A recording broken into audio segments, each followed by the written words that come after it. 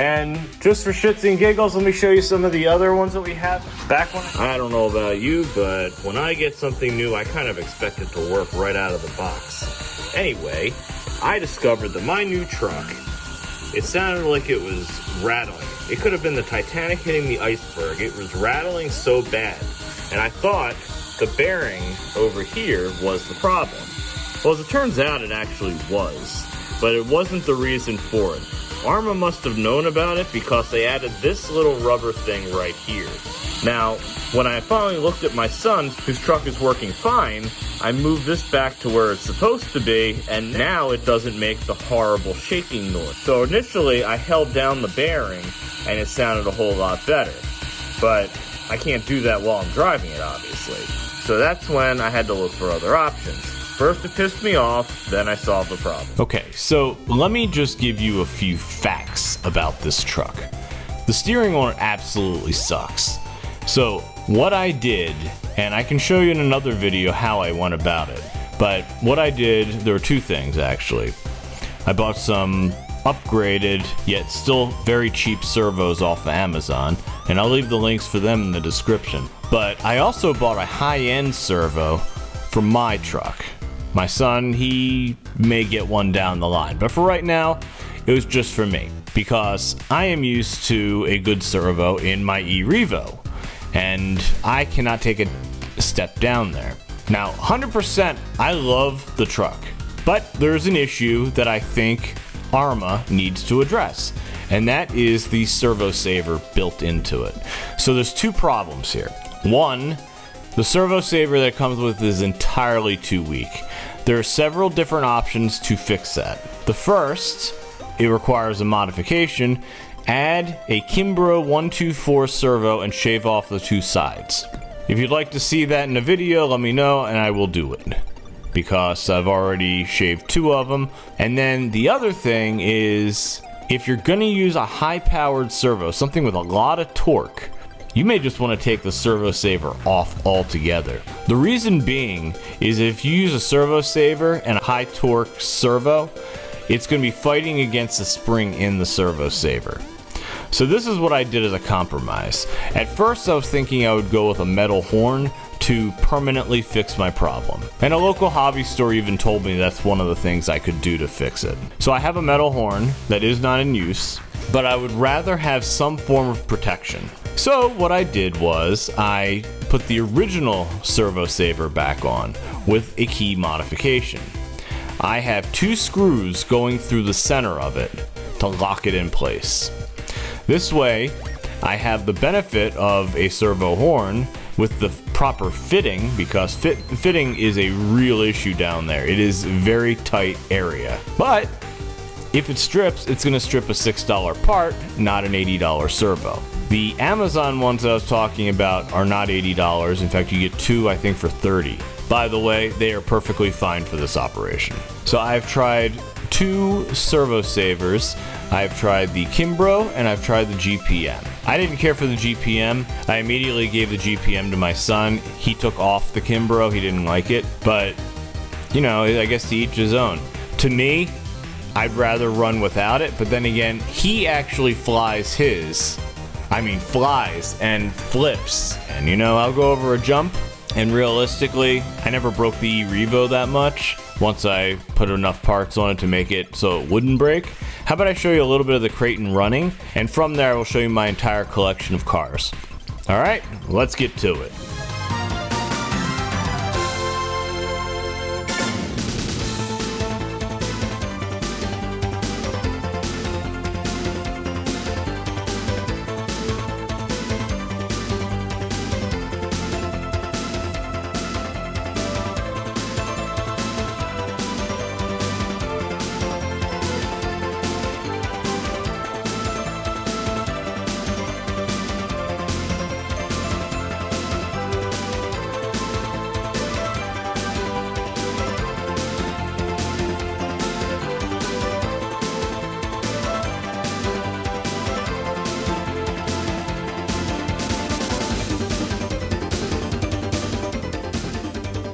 Just for shits and giggles, let me show you some of the other ones that we have. Back when I used to race, this was one of my main racers got a little dust on the body.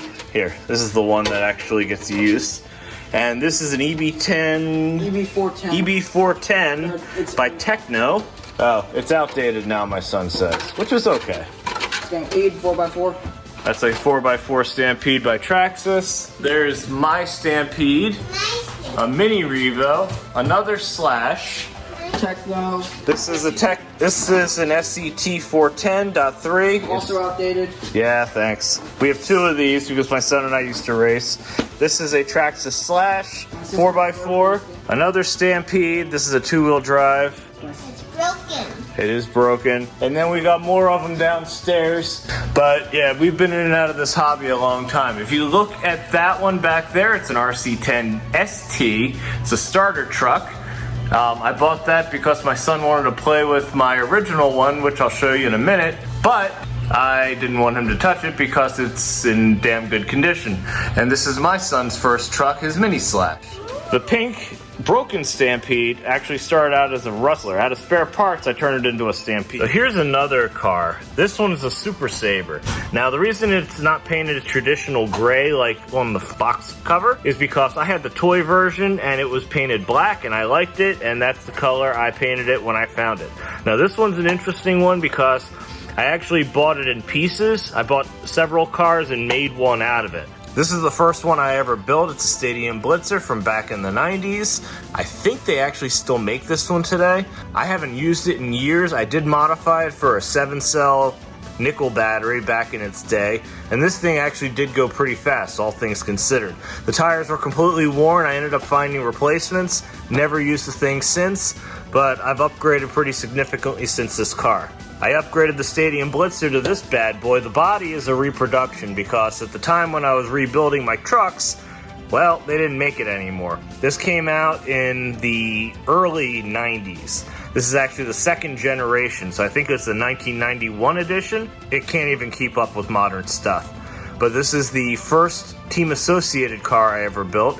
It's a damn fine RC car, and they're actually about to re-release it. So stand by for that one because I haven't decided whether I'm getting it yet. But speaking of re-releases, this is the re-release of the Buggy.